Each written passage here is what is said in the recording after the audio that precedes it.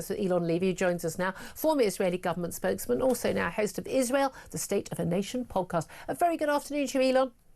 Hello, Julia. Thanks for joining us. So how significant is this meeting between Netanyahu and Trump today and this 21-point peace plan? And how significant is this idea that he would grant an amnesty for Hamas?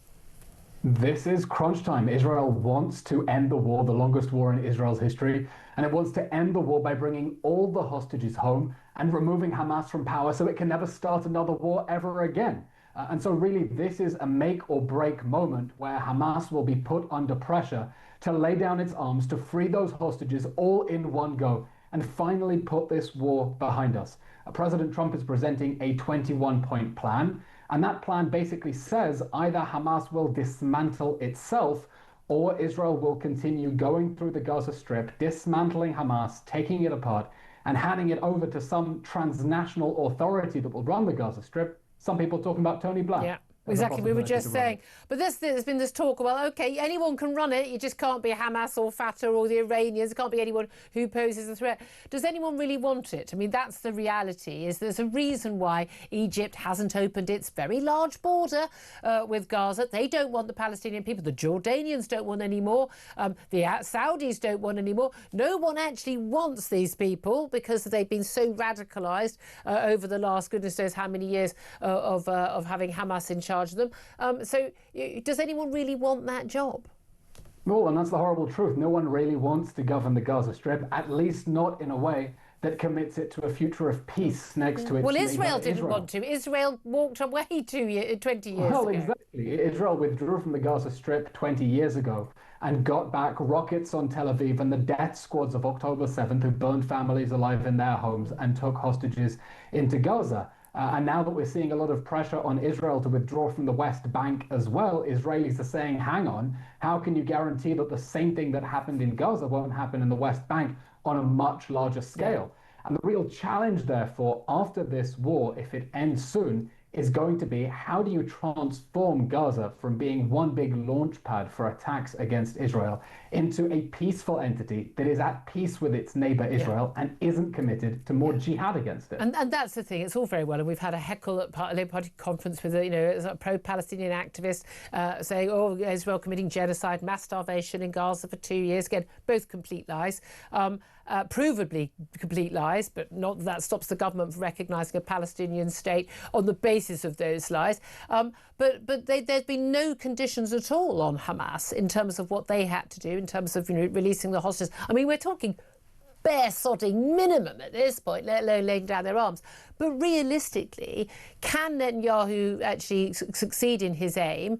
And we've given that there's quite a lot of criticism even from leaders of the IDF and many even in his own government, succeed in his aim of completely destroying Hamas. He's taken out pretty much all the leadership in Gaza. He's taken out the leadership in Qatar. He's taken out the people who've been funding it in lots of ways and their ability to arm them in Iran. He's taken out, Hezbollah's, a lot of their rockets and their leadership. Realistically, has he kind of achieved all he can achieve other than getting the hostages out? And now is crunch time for the world to tell Hamas it's game over. You have to lay down your arms, free the hostages, and end this war. The tragedy is that international pressure on Israel to end the war is giving Hamas every incentive to continue the war. Yeah. I mean, Hamas's leaders are calling the recognition of a non-existent Palestinian state a fruit of October 7th. They're doubling down. Razi Ahmed told CNN this weekend that the condemnation of Israel is one of the benefits of October 7th. Yeah. Hamas feels that it's vindicated. And that's why now what we need to see is pressure on Hamas's state sponsors. Chief among them, Qatar. Yeah. Julia, Qatar is the biggest landowner in London. It owns more land than the Crown. It owns the Shard. It has a massive share in Sainsbury's and in Heathrow Airport as well, and Claridge's. We need pressure on them, on the Islamist dictatorship, backing Hamas to tell it the whole world is saying you have to let go. This war has to end. It is absolutely extraordinary that, we've got America and the world was happy to go into Afghanistan for sheltering of the Al-Qaeda network and Osama bin Laden when they launched the 9/11 attack on New York and the Pentagon. we're happy to just play nicey with the Qataris, as they've been harbouring the leaders of Hamas, who launched that attack on our only democratic ally in the Middle East of Israel. And again, you and I have discussed this many times. It is extraordinary that these, whether it's Keir Starmer or Macron or anyone else, all these people who are telling the Israelis they need to live side by side with people who have vowed to completely and utterly annihilate them, and who has celebrated not just a terror attack, but the most vile, foul invasion and I mean, rape, murder, mutilation, the most horrific events on October the 7th, which some people are still denying, despite all of the evidence that it happened. And someone who's been to those sites, my God, it's very clear it happened. But the West is still requiring that Israel does something which no other government in the world would ever agree to do. Yeah, Julia, I think the British and French government's behaviour has been shameful, because they've essentially been pressuring Israel to end this war with the jihadi regime that started this war still in power, just a few hundred meters away from people's homes. Let's be clear what happens if this war ends with hostages still in Gaza and Hamas still in power. If this is not the last Gaza war, there will be a next Gaza war, because Hamas will never stop until it succeeds in its goal of destroying Israel. You know, Julia, you visited the site of the massacre, and people make a mistake when they look at October 7th and think that it was just a terror attack. It wasn't.